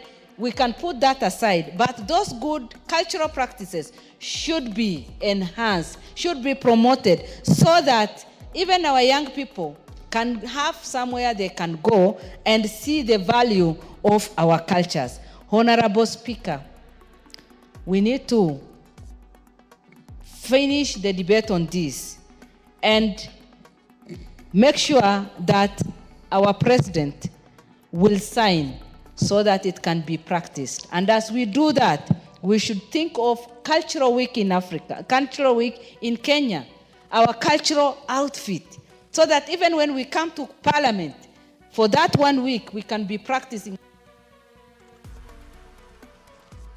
The Honorable Ndindi Nyoro. Yes. Thank you very much, Mr. Speaker, for this chance. Mr. Speaker, even on the onset, it's very important to discuss also the soft side of our country. The country we call Kenya, in the definition of it, Honorable Speaker, is just boundaries. And I'm saying so because many times we confuse between several things. One, what is the country, the republic, the nation, the government, and the state. Honorable Speaker, what we call a country is just by the boundaries that define where Kenya lies. The other functions, Honorable Speaker, that defines what the state is the state apparatus, Honorable Speaker, the institutions of governance, which predominantly are made on the institution that guarantee the rule of law and accountability. Rule of law, of course, through the judiciary, accountability through democracy in a house like the legislature, and also a functional modern state, which then defines the executive. Honorable Speaker, many times we don't talk about what the nation is. The nation of Kenya. And Honorable Speaker, I've talked about the country called Kenya. I've talked about the state, which makes the apparatus of the institution of governance. Honorable Speaker, there is also something very fundamental called the nation. And the nation is the soft side of the country. And Honorable Speaker, many times, even economically speaking, many countries actually progress when they have been able to align their culture. And Honorable Speaker, many times we confuse the culture and the language. That is only one side of what we call the nation, or shared identity, or shared values. The soft side of the country, Honorable Speaker, encompasses and answers the question of who are we as a country, who are we as a citizenry. Honorable Speaker, one could be language, others could be shared values, others could be even our temperament, others could be our disposition as a people, because, Honorable Speaker, all these soft sides of what defines the people form what is called the culture. Honorable Speaker, in this modern era, it is beholden upon all of us, and that is why culture is always actually not static, Honorable Speaker. It is progressive and dynamic. It behoves all of us to look at the segments of our culture which then brings identities that are static. Identities, Honorable Speaker, that then brings about fault lines in the relationships of the people. And that is why many countries, Honorable Speaker, have had many people with different cultures, but they came together to find an overarching culture, a shared value across. That is why a country like Switzerland is actually more fragmented in terms of ethnicities than Kenya. But when you look at it, it is more cohesive. A country like Tanzania, Honorable Speaker, is more fragmented in terms of ethnicities.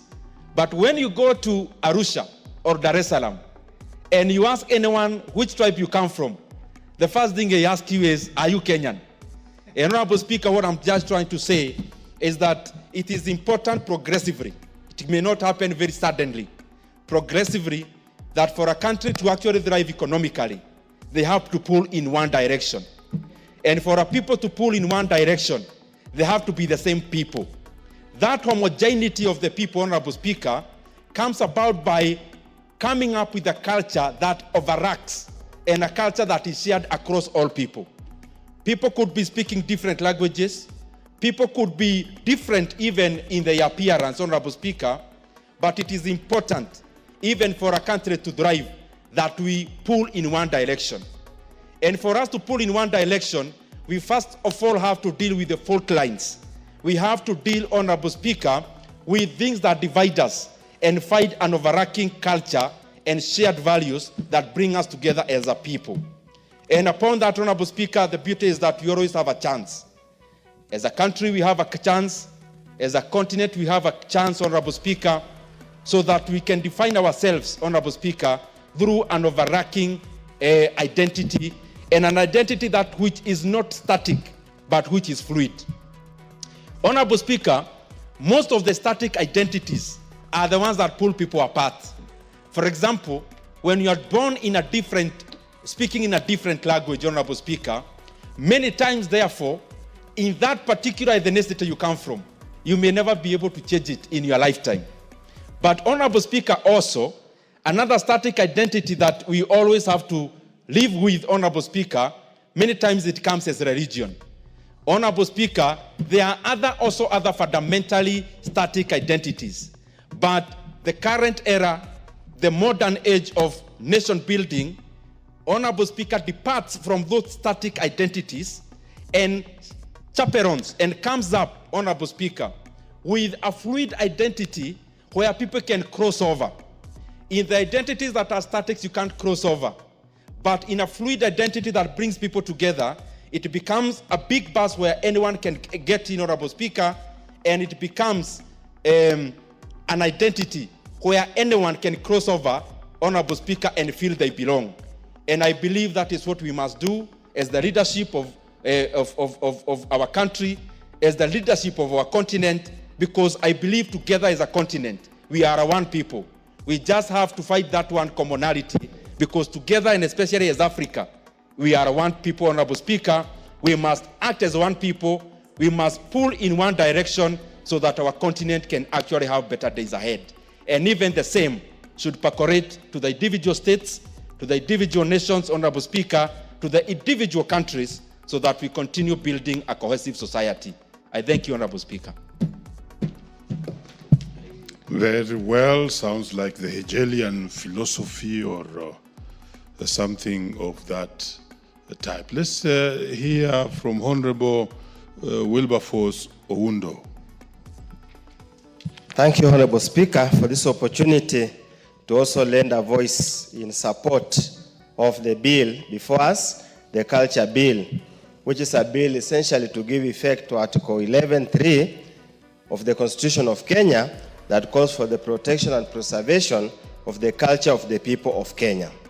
Honorable Speaker, culture espouses the entire life of the individual. Culture espouses is the glue that binds the individual to the community. And what is a community? Honorable Speaker, when you look at the bill, they attempt to define a community.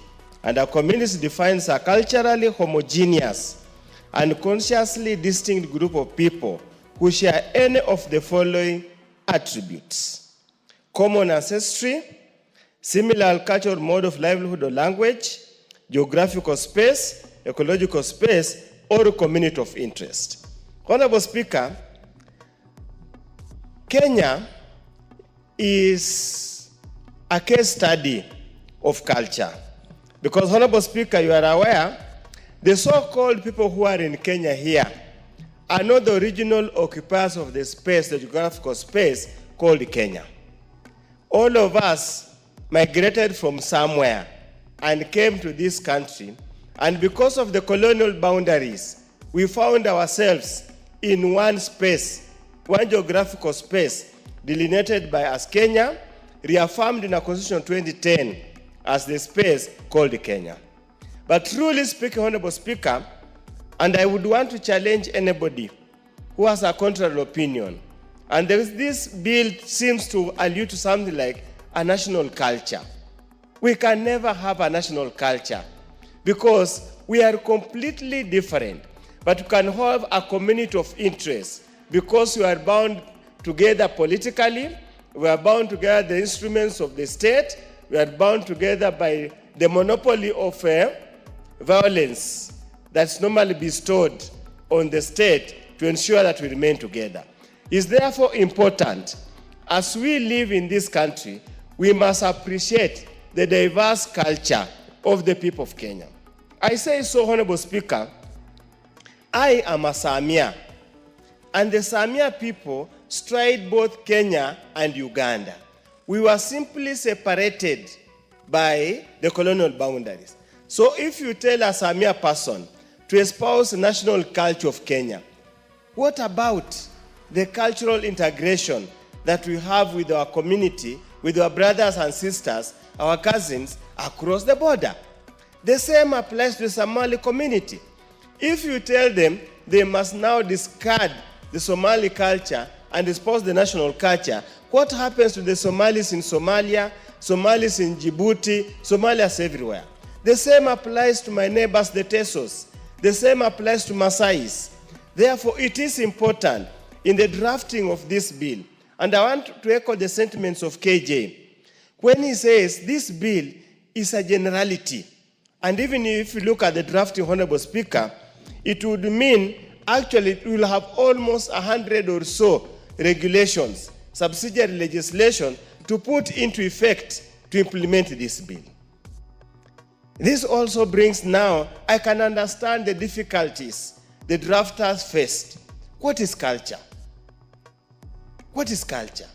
Is such a fluid statement, is an ever-changing target. The culture that was there when we started migrating here is no longer culture that's tenable today. Some cultural practices have faded away, have to change by virtue of changing society.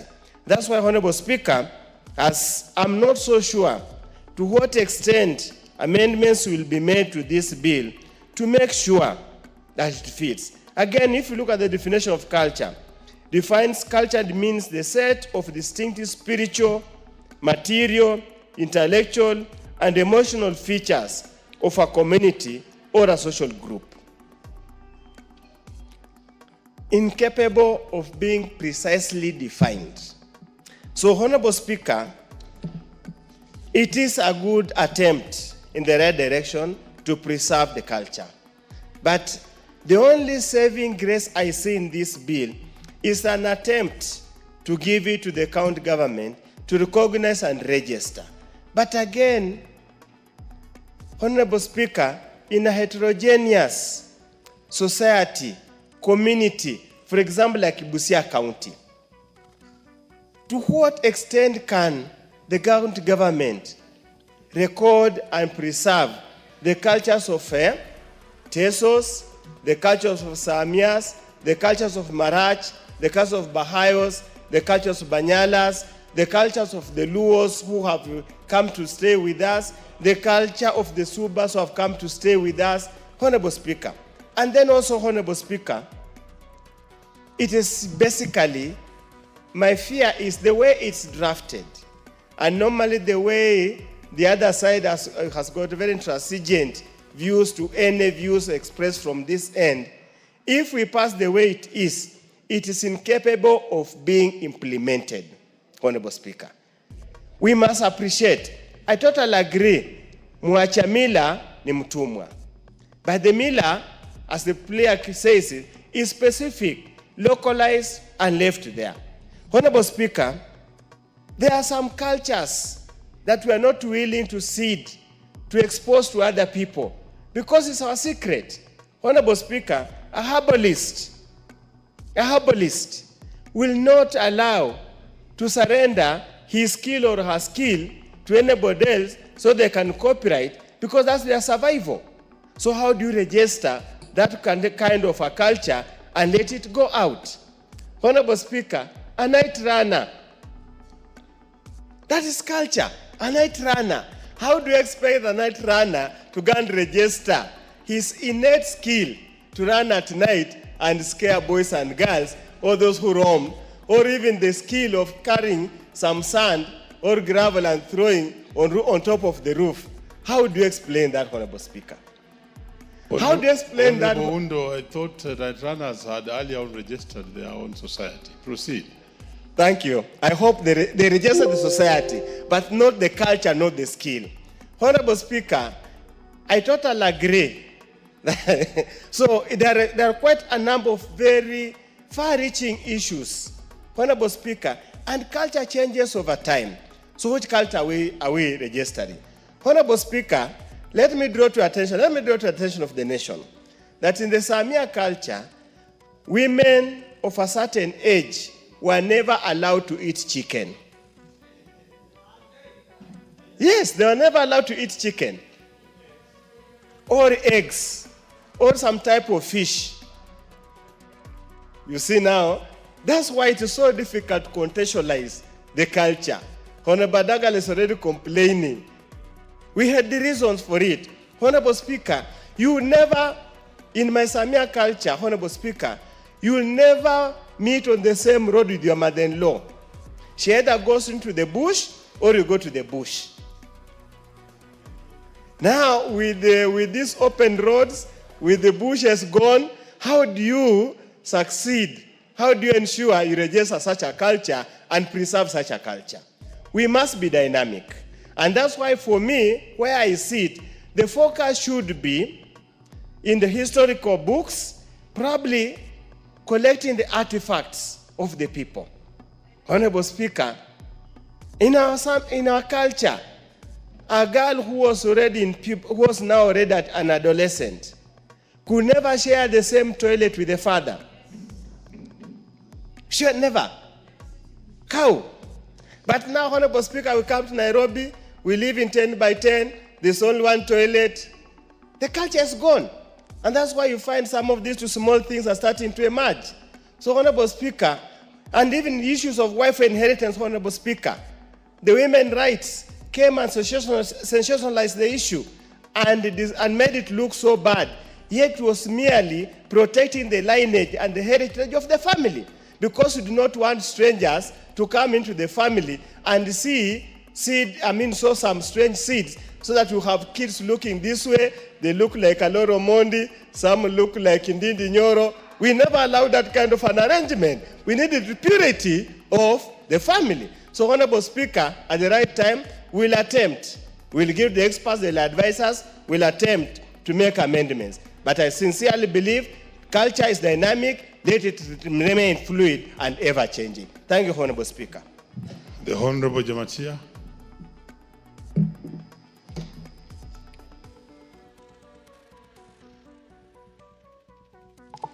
Thank you so much, Mr. Speaker. I want to, from the onset, support this culture bill, and I want to say it is a very timely bill. It is a bill that is going to give us a lot of unity as a country. And before I even go so far, I want to quote and read a quote from one of the British Parliament legislator those days, or someone who addressed British Parliament in 2nd February 1835. His name is Lord Macaulay. He said, "I have traveled across the length and the breadth of Africa, and I have not seen one person who is a beggar, who is a thief. Such a wealth I have seen in this country, such high moral values, people of such caliber, that I do not think we would ever conquer this country unless we break the very backbone of this nation, which is our spiritual, cultural heritage, and therefore I propose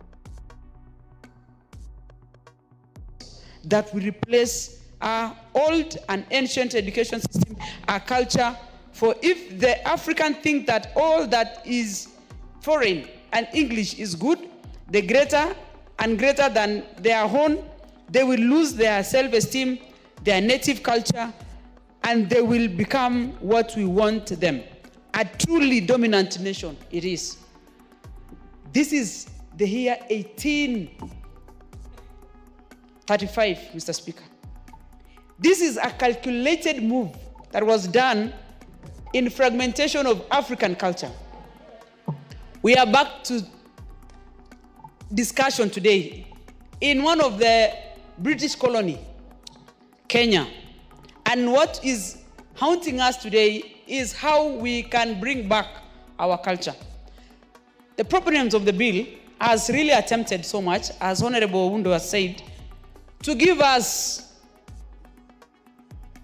how a best way possible on how we can preserve and have our culture in place. But the bill speaks so much on the hardware. If you look at African culture is based so much on the software, Mr. Speaker. It is how we passed down. We were not able to write down our cultures and histories. And that is why we found ourselves in these fragmented situations. Mr. Speaker, I want to be very particular on many things. I am a believer of cultures, specifically my culture. I am a Tugen, a Kalenjin. And in Tugen culture, if you look around and everyone speaks about their culture, African culture is so similar.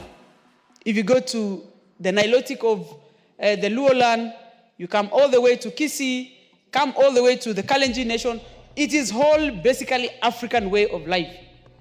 Today, we are faintly surviving because we were fragmented so much by the colonialism. from the borders, as Honorable Ndindi just put it. The sacrosanctity they gave us about the imaginary borders, that I should not be doing this because I am from the other country.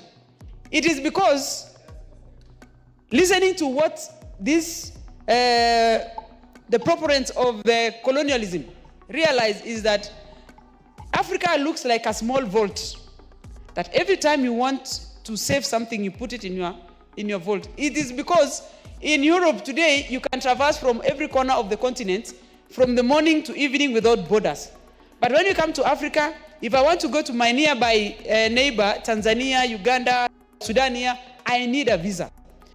And it all eroded our culture because we were just one family. I want to speak about our dressings. I really want to look forward to a day when all of us in this house will be comfortably walking in and out with our culture or cultural dresses. I want to dress in my Tugen dress and showcase my beads, whether I am half naked or whatever. It is always what we were priding on so much. There are many other ways that Africa were proud in their cultures, and many of them is artificial African cultures, and it's what we call artificial intelligence today, Mr. Speaker, like the rainmaking. That is artificial intelligence. There was a way our young mothers and our old mothers, the grandmothers, would walk in and know a small girl of around 18 years is pregnant without necessarily going to test in the hospital, because there was no way, but there was a way they would just know. There are also ways that you cannot marry from this other clan because of the historical and passing of specifically on diseases that ever happened in some clans, that you are told as a young girl, you are only guided to be married from this point of family or clan or whatever. Also, we used to have and pride on polygamy. Most of the families here are products of members here in the floor or this house are products of polygamy. Today, we are being told we shun our polygamy status or culture and embrace homosexuality. It's a wild thinking of how Africans would easily pick other people's culture and, easily shun away or throw away their cultures. Like spiritual, for instance, Mr. Speaker. If I was born in India today, I would be an Hindu. If I was born in America, probably I was a Christian. If I was born in Iraq or Syria or somewhere, probably a Muslim. I am born in Africa. What is my religion? It is because Africans were not religious. They were spiritual people. They believe in a deity that not necessarily given a name. And that is why if you go to Marsabit, you will see we pray through the sun and the moon. In the Islamic, every time they go through the Ramadan season, their artificial intelligence at that time of African would show them that the moon would have to behave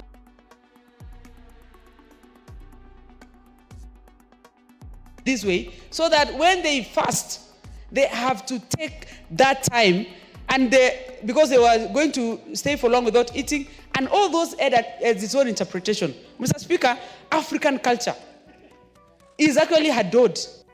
As we speak today, every colonial master, be it a British, a French, Germany, Spain, and all name it, have the artifacts of Africans in their own colonies or in their own countries. I want us, as Kenya, we will need to raid on British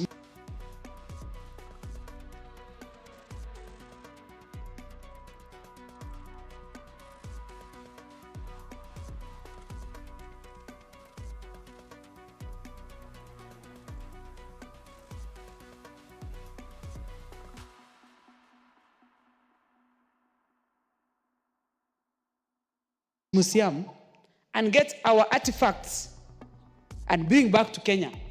We are bringing this culture bill because we are going back to the roots.